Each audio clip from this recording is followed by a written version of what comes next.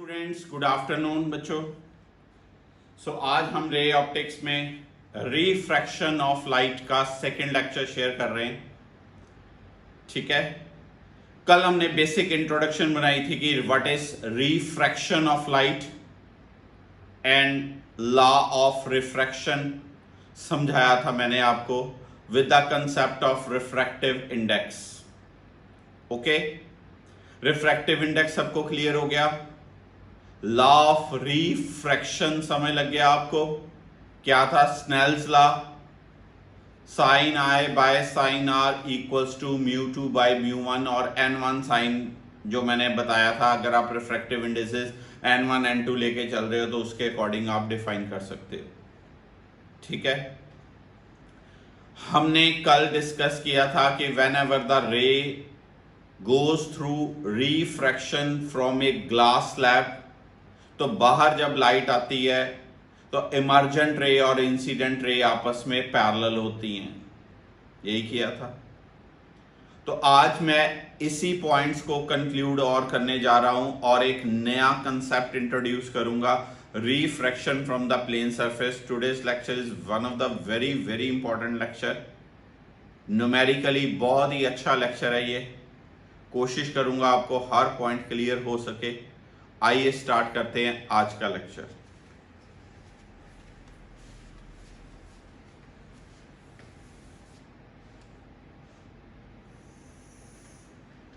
सबसे पहले अगर बात करें, आपने देखा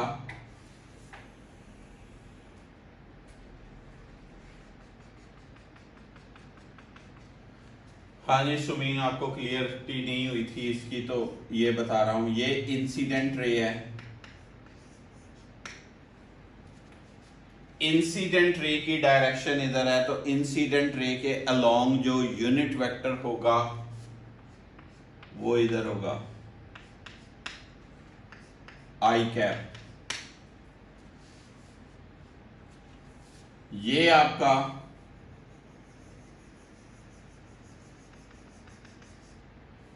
नॉर्मल यूनिट वेक्टर है, ये नॉर्मल का यूनिट वेक्टर है डाउनवर्ड। ठीक है, लाइट ने जाना था ऐसे, इंसिडेंट रे और नॉर्मल, इंसिडेंट रे और नॉर्मल के बीच एंगल ऑफ इंसिडेंस कौन सा है? आई। तो I cap cross N cap, A cross B क्या होता है? A B sine theta. One क्यों लगाया? यूनिट वेक्टर है। वन क्यों लगाया? यूनिट वेक्टर है। Theta sine I. ठीक है, पक्की बात। इसकी डायरेक्शन आई कैप इधर है, आई कैप इधर है। अगर मैं मानू आई कैप इस साइड है, एन कैप है, तो एन कैप ऐसे, आई कैप ऐसे, तो इसकी डायरेक्शन किधर आई? ए क्रॉस बी करोगे, ए क्रॉस बी अपवर्ड और आउटवर्ड।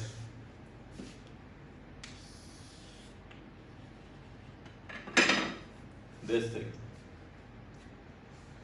दूसरी बात आपने देखी, इसकी रिफ्रैक्टेड रे,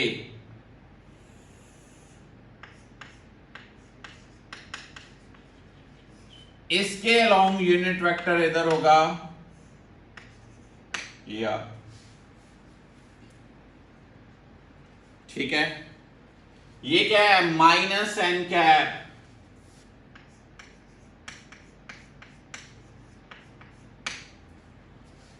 इसको मैं क्या लिख सकता हूं? एंटी कम्यूटेटिव प्रॉपर्टी से ये लिख सकता हूं एंटी कम्यूटेटिव प्रॉपर्टी। हाँ जी सुमीन, कौन सी? Anti commutative. A cross B ऊपर तो बी क्रॉस ए नीचे। अब ये चेक करें, this is one, this is one, this is sine R, और इसकी डायरेक्शन भी क्या? इसका मतलब आप लिख सकते हो साइन आई की जगह और साइन आर की जगह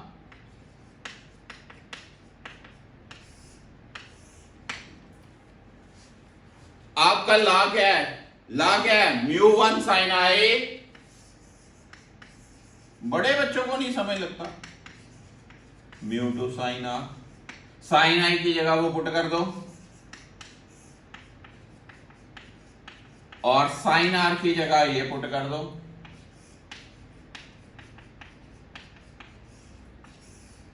law of refraction in vector form पता चला अब आपको? आप सुनिए,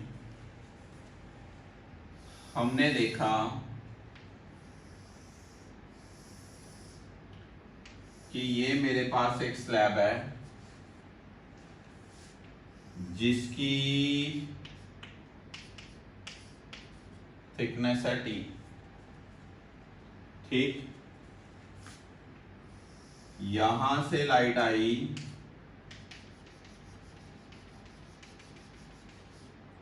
लाइट ने जाना था ऐसे,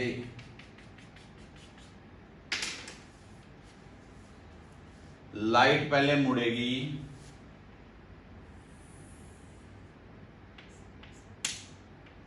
ये एंगल आई, ये एंगल आर, तो ये एंगल कितना होगा? आई माइनस आर। ठीक है, मानते हो बात को? अब लाइट ने जाना था ऐसे,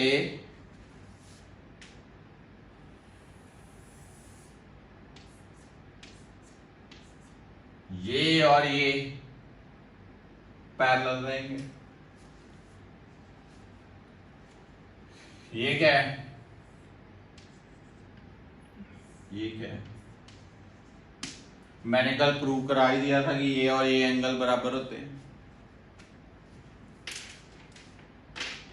this is what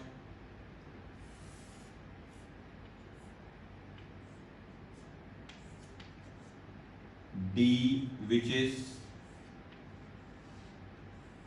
lateral displacement। अब मार्क कर लें, A O P D M. ठीक है, पक्की बात।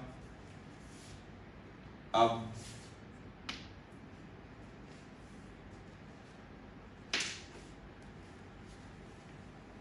इन triangle O P B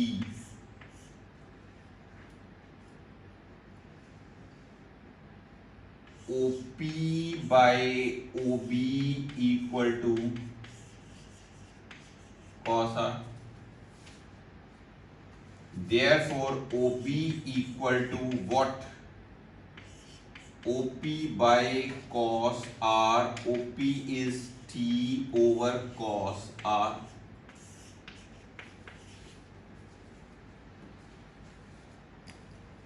In triangle OBM,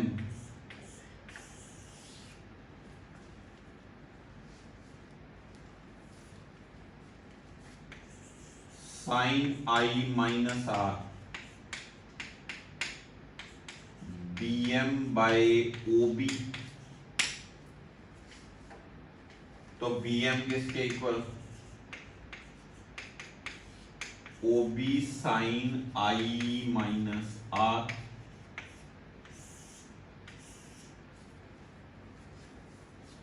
what is OB? निकाला हुआ आपने।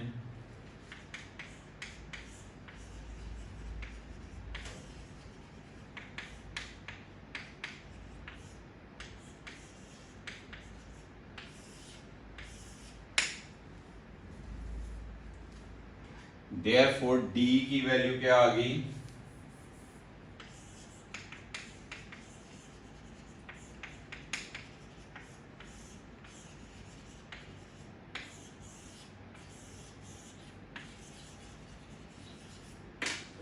lateral displacement suffered by the ray.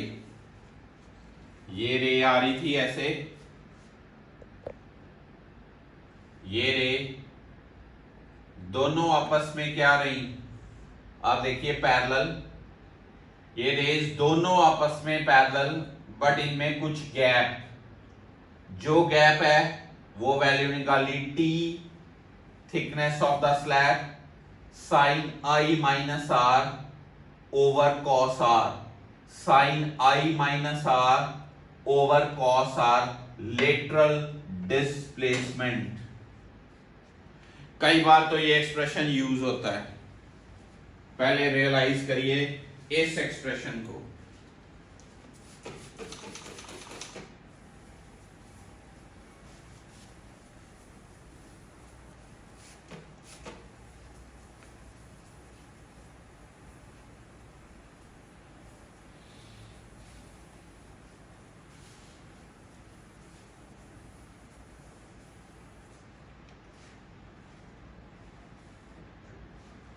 आराम से देखिए पहले इस एक्सप्रेशन को। टी क्या है, thickness of the slab sine I minus R over cos R, ठीक है, पता चल गई बात। अब मान लीजिए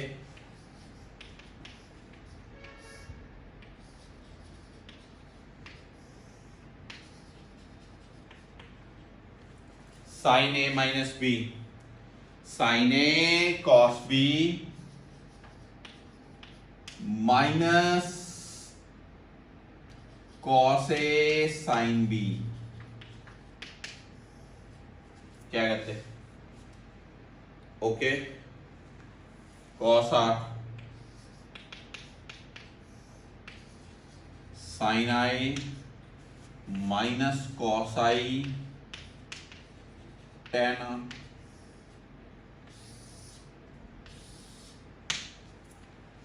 ठीक, अब आपको पता है म्यू का formula sine I by sine R, इसका मतलब साइन आर की वैल्यू क्या लिख सकता हूं मैं, साइन आर की वैल्यू क्या लिख सकता हूं मैं, sine I divided by mu. अगर साइन आर ये आया तो टेन आर क्या होगा, चेक करें, साइन, साइन क्या होता है, परपेंडिकुलर ओवर हाइपोटेन्यूज, तो बेस क्या हो जाएगा, ये चीज बड़ी डिफरेंट बात। तो टेन आर क्या आएगा, sine I divided by mu square minus sine square i, यहां पुट करेंगे अब d equal to t sine I minus cos i sine I divided by mu square minus sine square i under root, okay. अब sine i common ले लो,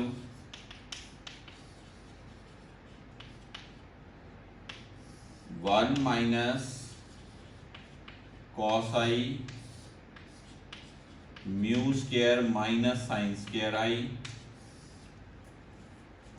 अब आपको पता है if angles are small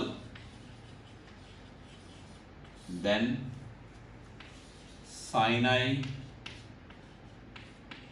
simply i और क्या cos I equal to one, तो sine square I reject हो जाता है, साइन स्क्वायर आई जीरो, तो डी क्या आएगा, T I one minus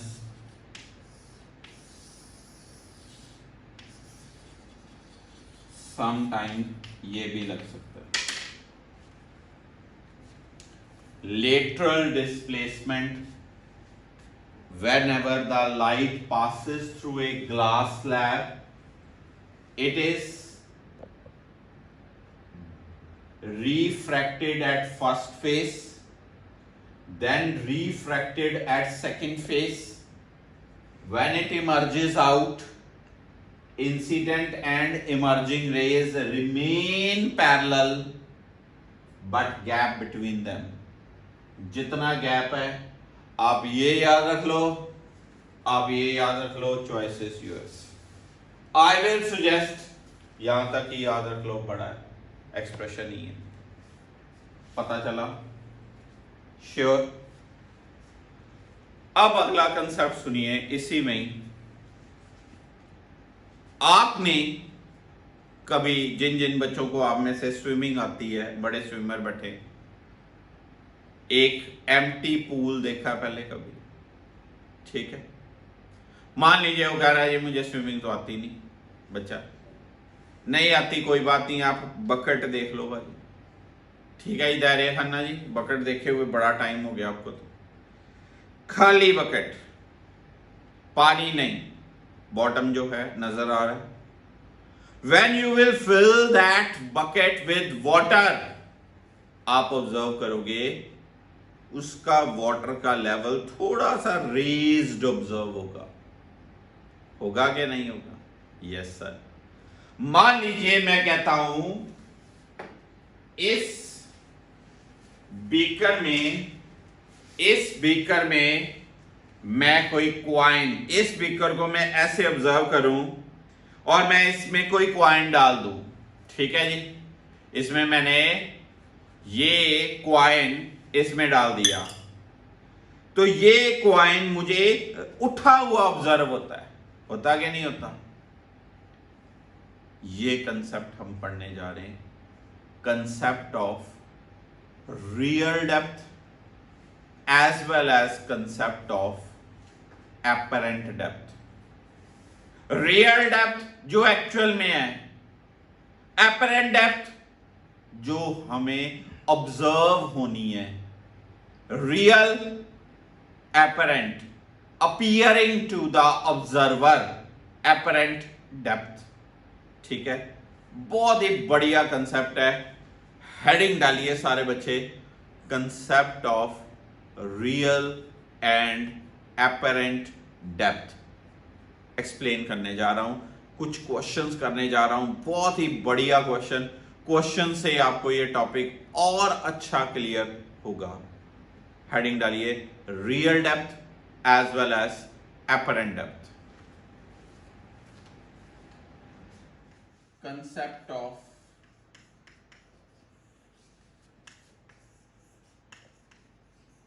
real and apparent depth।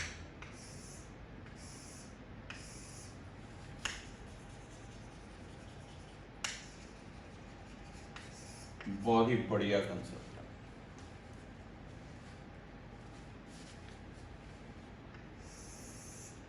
है। एक ये सरफेस है,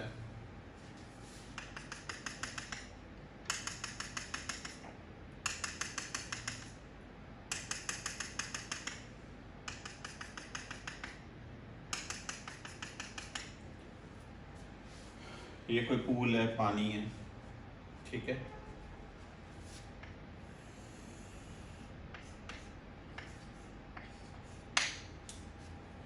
यहां पर मेरी एक कॉइन पड़ा, ऑब्जेक्ट है।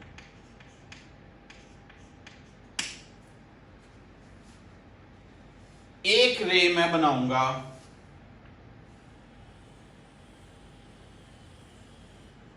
बिल्कुल सीधी,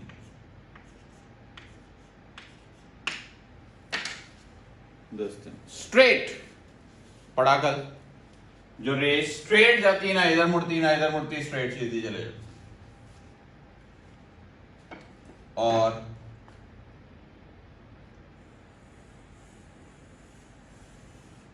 एक रे ऐसे चली,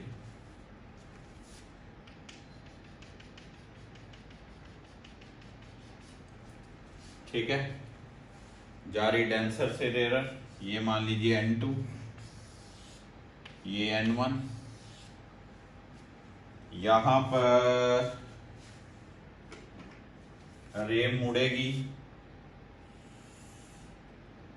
यहां पर मान लीजिए कोई पर्सन देखने वाला, ऑब्जर्वर, जहां ये दो रेज मिलेंगी, कौन सी रेज, ये वाली ये वाली, ये बाहर तो मिल नहीं रही, पीछे प्रोड्यूस करना पड़ेगा, वहां पर क्या बनेगा, इमेज बनेगा। मैं इसको ऐसे प्रोड्यूस करूंगा। तो ये जो सिचुएशन है, इस ऑब्जेक्ट का वर्चुअल इमेज है। इस ऑब्जर्वर को ऑब्जेक्ट नहीं ऑब्जर्व होगा, बट ये इमेज ऑब्जर्व होगा। और कितने गैप पे,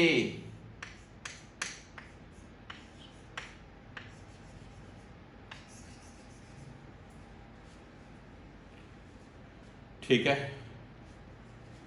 अब कुछ बातें, पहले D real depth,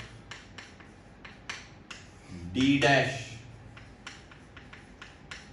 apparent depth,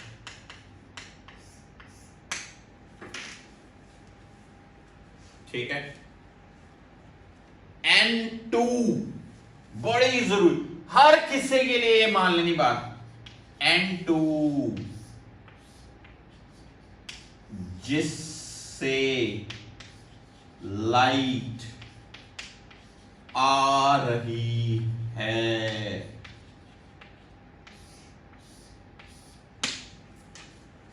N1 जिसमें लाइट जा रही है,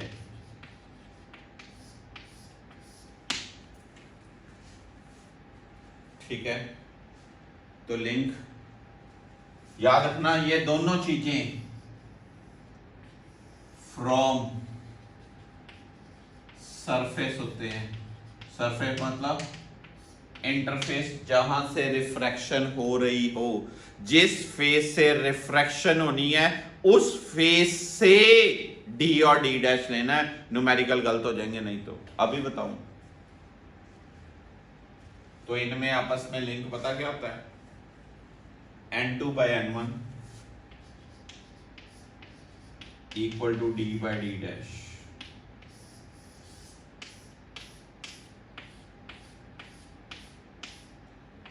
N2 by N1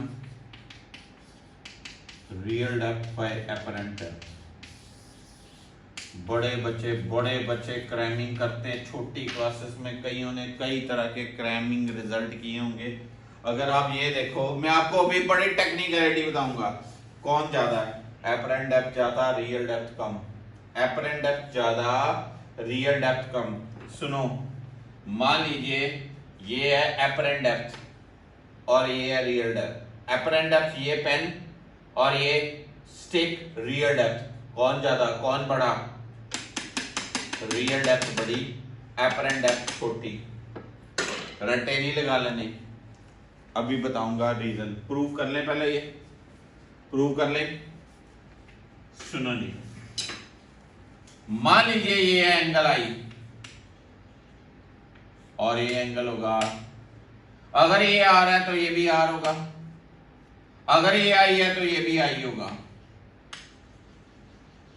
ये मैं मानू P पॉइंट, ये मैं मानू M, ये मैं मानू X, ठीक है, पक्की बात। अब आपको स्नेल्स लॉ पता है? स्नेल्स लॉ क्या कहता है? N2 sin I equal to N1 sin R, क्या नहीं?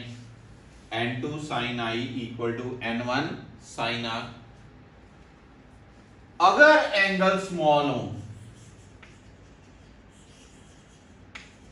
बड़ी इंपॉर्टेंट बात, sin I equal to tan I,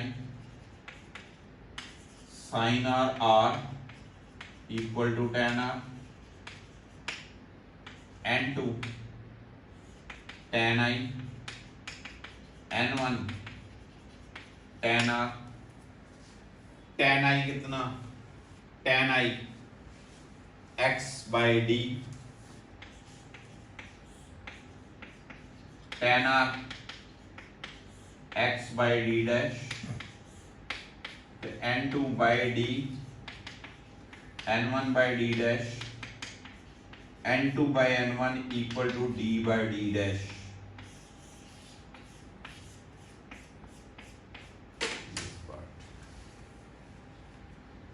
हो गया जी प्रूफ। बस ये बातें याद रखनी जे, न्यूमेरिकल नहीं तो गल जे। अभी थीम भी समझाऊंगा, थीम भी समझा दूंगा, पहले कुछ क्वेश्चंस का फील लें।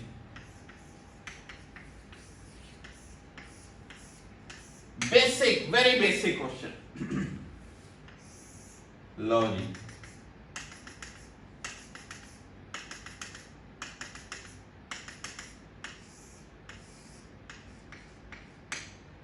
यहां पर है जी फिश, ठीक है। पानी में फिश है जी 24 सेंटीमीटर पे नीचे,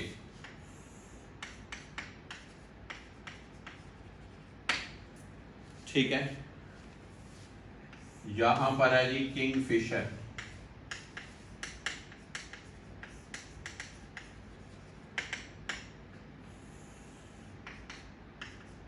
थर्टी 36 सेंटीमीटर, राइट। पहला क्वेश्चन ये आता है, find apparent depth of fish observed by kingfisher।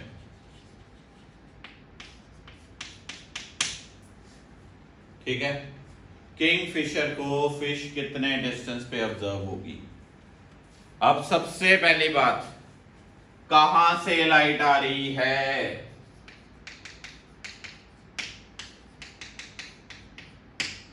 क्या फॉर्मूला,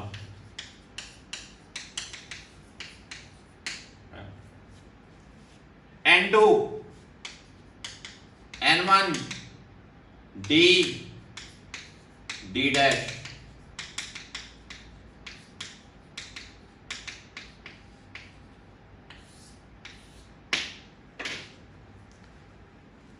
क्या आंसर बनाओगे, क्या आंसर। बड़े सारे बच्चों ने कहना 18 सेंटीमीटर, रॉन्ग।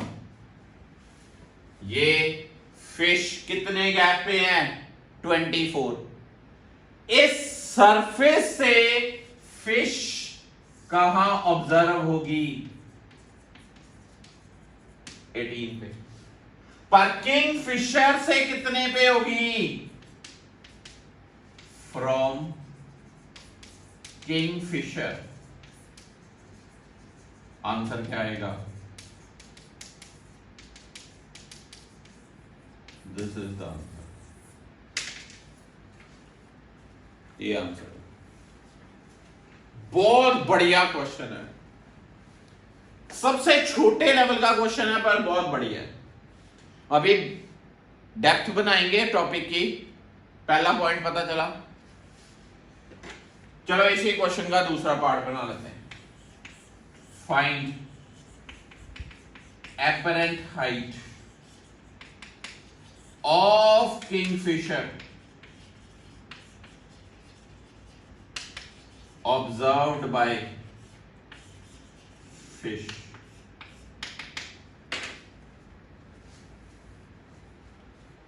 ठीक है, पक्की बात। फिर से वही बात, क्या, n2 by n1 d by D dash.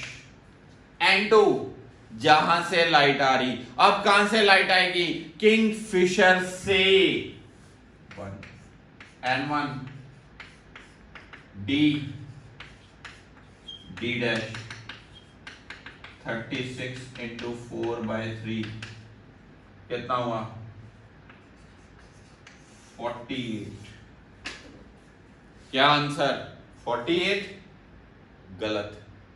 48 answer नहीं, यानी कि ये किंगफिशर जो 36 पे था वो अब इस सरफेस से, point to be noticed, from surface, वो इस सरफेस से 48 ऊपर चला जाएगा। Therefore from fish 48 plus 24 72 centimetre is the answer.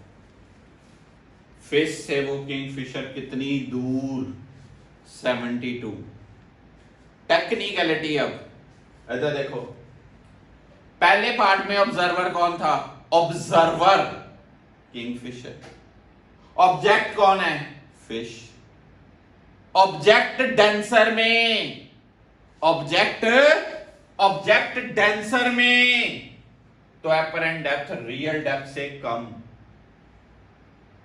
अब ऑब्जेक्ट रेयरर में, ऑब्जेक्ट रेयरर में, ऑब्जर्वर डेंसर में तो अपरेंट हाइट रियल हाइट से ज्यादा।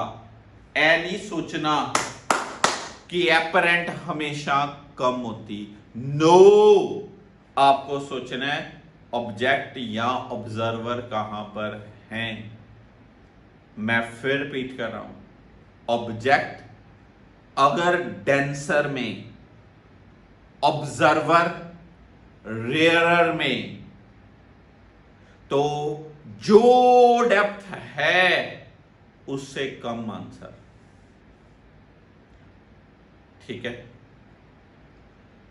आप स्विमिंग पूल के अंदर हो जी, प्रणव जी आप स्विमिंग पूल के अंदर, ठीक, मैं बाहर खड़ा हूं, मैं आपको जब देखूंगा तो आप उठे हुए नजर आओगे, मेरे पास नजर आओगे, पर अगर आप मुझे देख रहे हो तो मैं टॉल नजर आऊंगा, आपसे दूर नजर आऊंगा।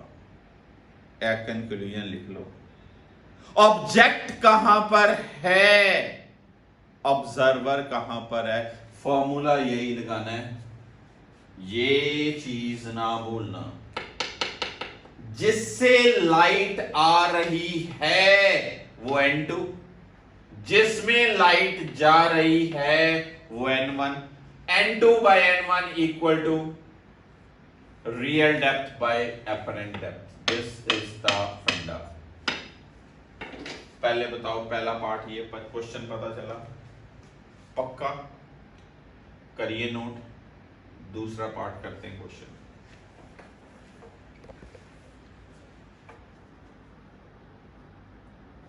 आज बच्चे आपको एक बेसिक पहला क्वेश्चन किंगफिशर और फिश का क्वेश्चन, ठीक है। Now your second question is,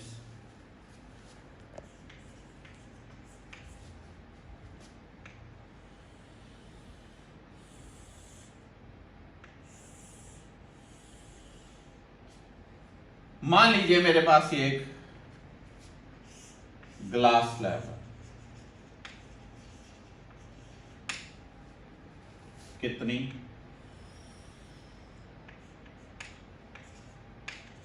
15 centimetre thickness की।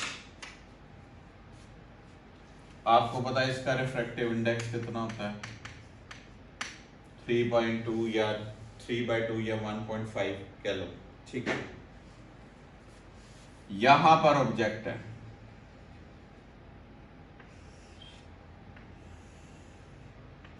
इससे 10 सेंटीमीटर एयर में, और यहां पर समझ लो आंख है, ऑब्जर्वर 20 सेंटीमीटर दूर एयर में।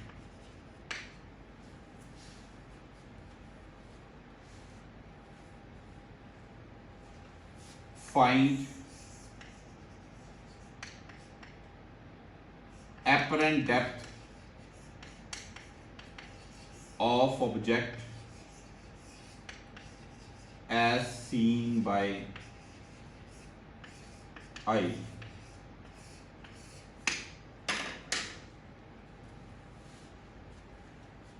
अब पहले ऑब्जेक्ट से इसमें जानी। First case n2 by n1 equal to d by d dash। n2 जिससे लाइट आ रही है 1, जिसमें लाइट जा रही है 1.5, d depth 10, g d dash, तो d डैश कितना आया 15, यानी कि ये ऑब्जेक्ट 10 पे था, इसका इमेज यहां पर ऑब्जर्व होना आई डैश कितने पे 15। अब इससे लाइट ने इधर जाना है, सेकेंड केस वही formula n2 by n1 equal to d by d dash.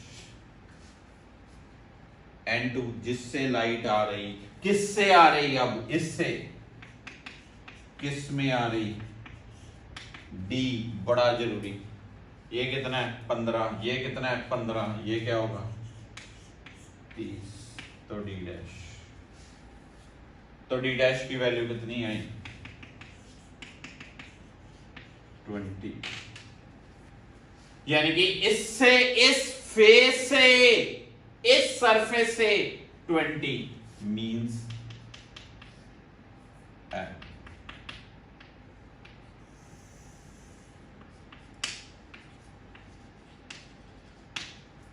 पर एग्जैक्ट आंसर क्या होगा कि ये क्या आंसर दोगे, apparent depth of the object as seen by eye, 20 पे आई है, ये 20 नीचे है, तो आंसर क्या होगा इसका 40 centimetre is the final answer. फिर से देखिए, पहले इस पेज से ऑब्जेक्ट 10 यहां से आ रही इधर, जिससे आ रही वो n2, जिसमें जा रही वो n1, n2 1, n1 1.5, d 10, d dash निकाली 15। देन सेकेंड केस, इस सरफेस से ये ऑब्जेक्ट ऐसे इमेज है, ये कितना है 15 और ये कितना है 15, टोटल कितना 30 हो गया। ये ऐसे ऑब्जेक्ट काम करेगा, एक्चुअल डेप्थ होगी 30, एपरेंट डेप्थ आई 20, ये यहां से आई इस सरफेस से 20, ऊपर सरफेस के 20 और 20, आंसर क्या 40 centimetre would be the final answer of this question. Okay, लाइए क्वेश्चन।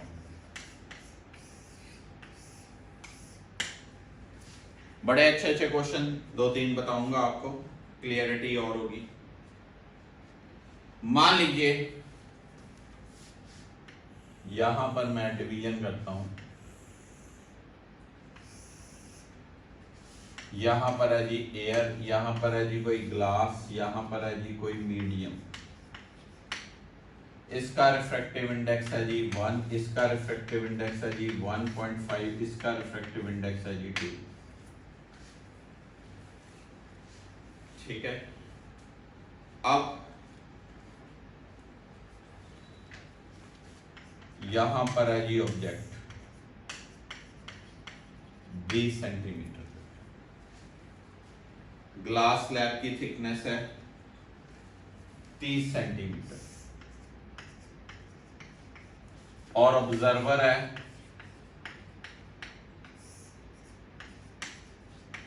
20 सेंटीमीटर। मान लो जी ये प्रणव खड़ा,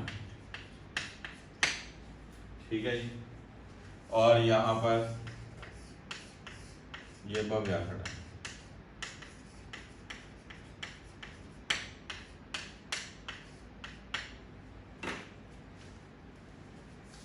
प्रणव को भव्या का गैप कितना ऑब्जर्व होगा, एलजेब्रिक क्वेश्चन।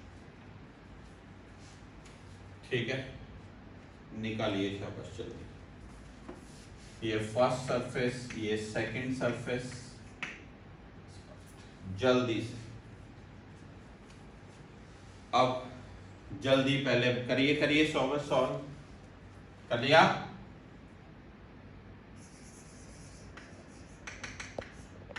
फर्स्ट फेज पे n2/n1 equal to d/d'। Formula नहीं भूलना। n2 जिससे लाइट आ रही है, किससे आ रही है? 1 से। n1 जिसमें लाइट जा रही है, डेप्थ कितनी है? d' कितना आएगा?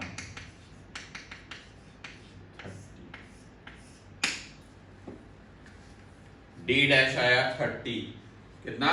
30। इसका मतलब ये इस फेस से इसका इमेज 30 है। ठीक है, पक्का। अब सेकंड फेस पे वही बात, n2/n1 equal to d/d'। n2 जिससे लाइट आ रही है, n1 जिसमें लाइट जा रही है। बार बार बोल रहा हूं मैं, आपने लिखने नहीं है नोट्स में। d रियल डेप्थ एग्नी 30 क्या आएगी? 60। d' क्या आएगा? 60 इंटू 2/1.5 कितना आएगा? 80।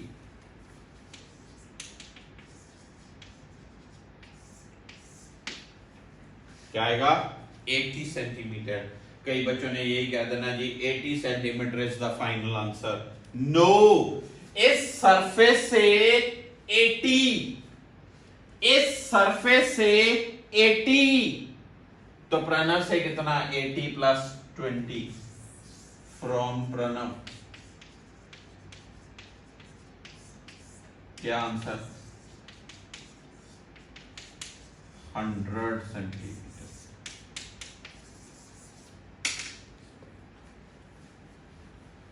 अब आराम से सोचो, एक्चुअल में 20, 30, 50 और 20, 70 कोई मीडियम ना हो, सिर्फ एयर हो, तो भव्यार प्रणव में गैप है 70। बीच में एक स्लैब और एक और मीडियम इंट्रोड्यूस करने से गैप कितना हो गया? 100। Real depth, apparent depth concept पता होना चाहिए। दिस किया नोट? पक्का? दोनों क्वेश्चन पता चले?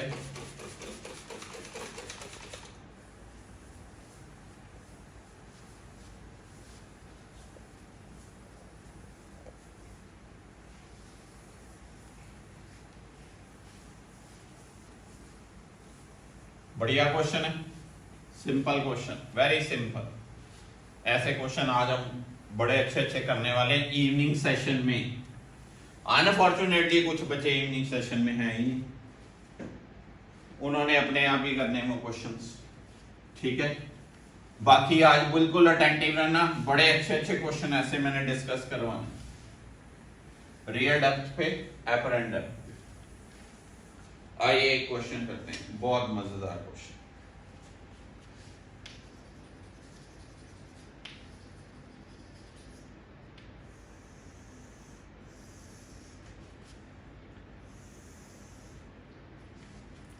एक मैंने कंटेनर लिया जिसमें मैंने पानी भरा सारा।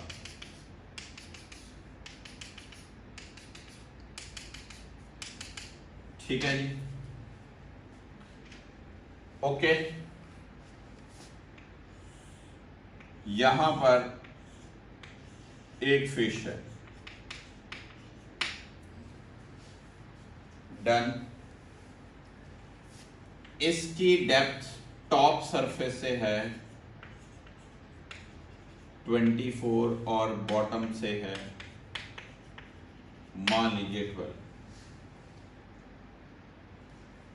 अब थीम क्वेश्चन का जरा ध्यान देना, चेंज करने लगा हूं कुछ।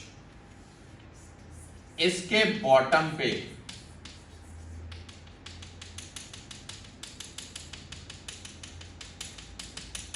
प्लेन मिरर रख दिया पानी के अंदर। ओहो, क्या रख दिया? Plane mirror. और ऑब्जर्वर ये है,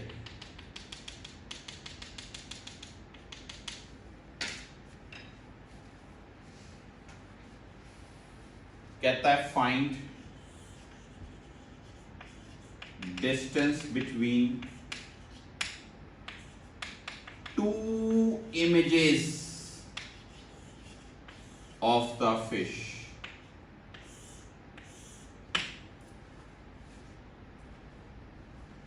टू इमेजेस, पहली बात तो वो पूछ रहा है जी, भव्या पूछ रहा है कि टू इमेजेस कौन से हैं? ये दो इमेजेस क्या जी?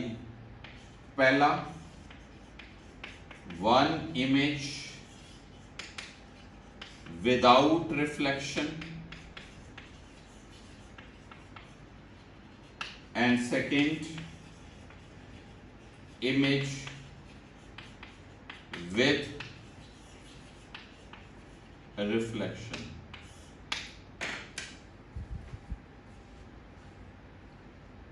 ठीक है, आज गाना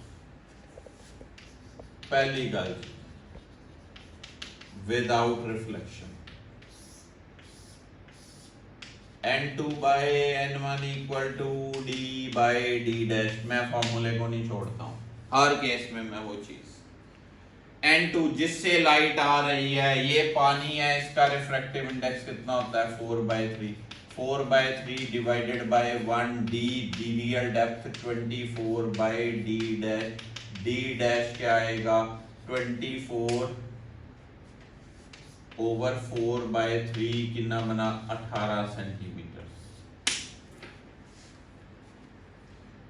18 सेंटीमीटर। इसका मतलब ये जो फिश थी 24 सेंटीमीटर नीचे, ये कहां पर ऑब्जर्व होगी अब?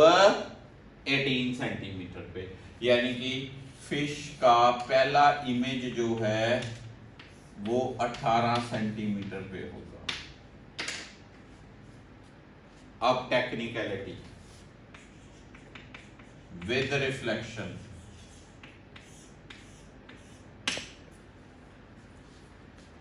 Plane mirror. प्लेन मिरर की प्रॉपर्टी पढ़ी आपने, क्या प्रॉपर्टी? जितना ऑब्जेक्ट मिरर के आगे उतना इमेज मिरर के पीछे, है ना? कितना आगे? 12।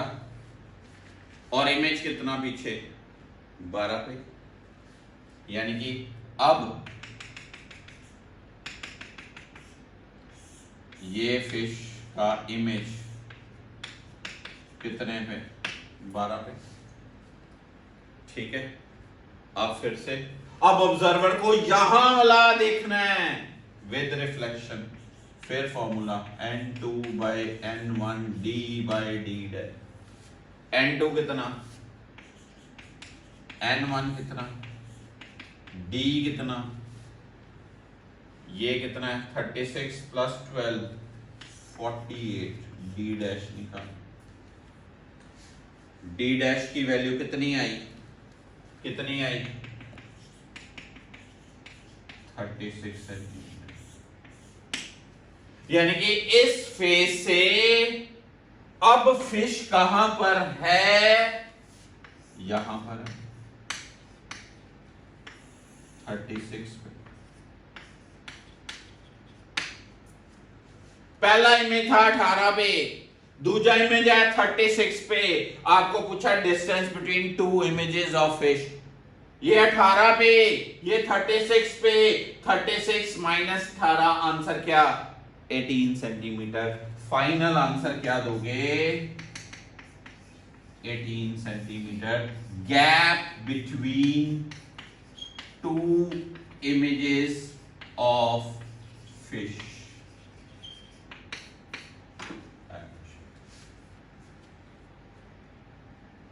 बढ़िया क्वेश्चन।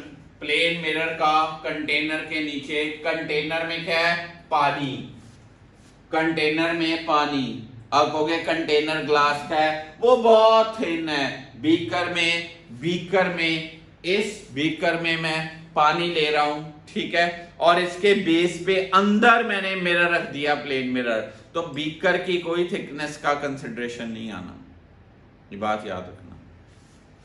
तो फिश इसमें है, इसके दो इमेजेस, एक बिना रिफ्लेक्शन के, एक with reflection. With reflection consideration में लाएं तो क्या फर्क है हमने डिस्कस किया, पहले बताइए, पता चला आपको? नोट करिए, एक बढ़िया सा एक क्वेश्चन, लास्ट क्वेश्चन और बताता हूं।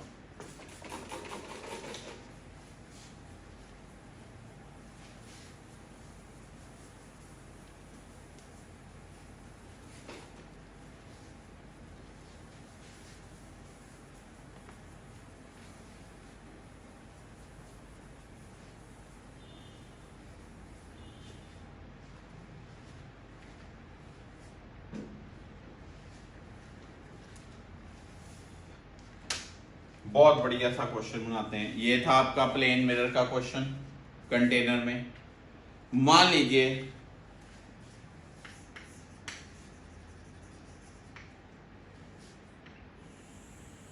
ये है कंकेव मिरर,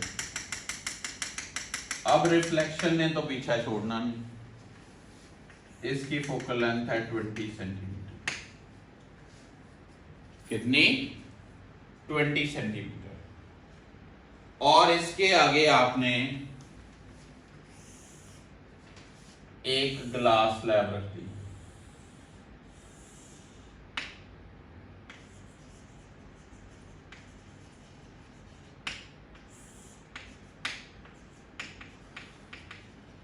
ग्लास स्लैब का रिफ्रैक्टिव इंडेक्स 1.5, ठीक है, और ये ऑब्जेक्ट है और यहां पर ऑब्जर्वर है, ठीक है, ठीक, ये 10 सेंटीमीटर। क्वेश्चन है find gap between final image and object.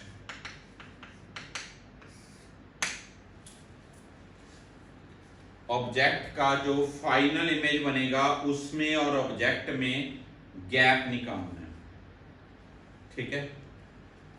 अब ये देखो, इस फेस से होनी है रिफ्रैक्शन और इस फेस से क्या होनी है? रिफ्लेक्शन। पहली चीज N2 by N1 equal to D by D dash. N2 जिससे लाइट आ रही है, N1 जिसमें लाइट जा रही है, लाइट आ रही है एयर से, एयर 1, लाइट जा रही है ग्लास में, D कितना? 10, D डैश कितना आया? 15, ठीक है, ओके। अब यानी कि ऑब्जेक्ट ये है, इसका इमेज 15 पे दूर, from mirror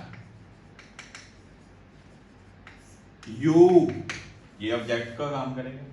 45 plus 15, focal length mirror की V निकालो, 1 by V plus 1 by U equal to 1 by F, U की value -60, this thing 1 by V minus 1 by 20 plus 1 by 60, -60 plus 20 divided by 20 into 60, V कितना आया? -30।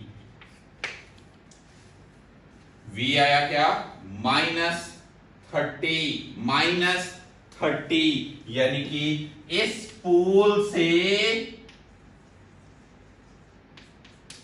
यहां पर दूसरा image,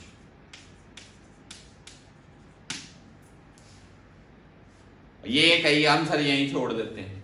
तो यार अब इससे लाइट इस ऑब्जर्वर तक आएगी, आंख तक पहुंचेगी तो इमेज बनेगा ना। फिर से third case, n2 by n1 equal to d by d dash. n2 जिससे लाइट आ रही है, n1 जिसमें लाइट जा रही है, d ये 45 है, ये 30 है, तो ये कितना हुआ, ये 45, ये 30, ये कितना हुआ 15, d डैश, d डैश कितना हुआ। इसका मतलब फाइनल इमेज जो है वो 10 पे। अब ये चीज निकालनी थी आपने, क्या आंसर हुआ, फाइनल आंसर कितना 20 सेंटीमीटर।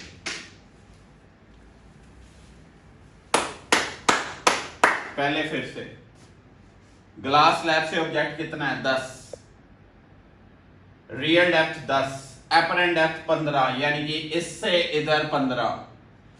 अब पोल से ये कितना हुआ 45 प्लस 15 60, v निकालिया, वो आया -30। पोल से -30 यानी कि अंदर ही रह गया, तो कितना ये। अब और इस स्पेस से लाइट फिर बाहर आनी, इससे ये गैप कितना 15, 45 ये 30 ये 15। इधर से इधर लाइट आई कितने पे, उसको ऑब्जर्व होना है 10 पे, यानी कि ये 15 पे था, उसको ऑब्जर्व होना 10 पे। ऑब्जेक्ट कितना 10, ये कितना 10, टोटल गैप कितना। कनकेव मिरर का क्वेश्चन, प्लेन मिरर का क्वेश्चन, बहुत बढ़िया क्वेश्चन होते हैं बड़े। अभी तो ये स्टिल वाले क्वेश्चन है, ये मूवेबल भी आएंगे जो हम आज प्रैक्टिस करेंगे क्वेश्चंस की, ठीक है। तो ये था कंसेप्ट किसका, real depth, apparent depth. Conclusion मैंने बता दिया आपको, ऑब्जेक्ट और ऑब्जर्वर की पोजीशन पे डिपेंड करता है। बहुत ही इंपॉर्टेंट टॉपिक है क्योंकि ये आगे रिफ्रैक्शन में हर जगह पे यूज करने वाला हूं मैं। तो इस टॉपिक को अच्छे से नोट डाउन कीजिए, काफ़ी बातें इसकी प्रॉपरली लिखिए। Thank you so much for today's lecture. कल इसके आगे फर्दर कंटिन्यू करेंगे। God bless you all.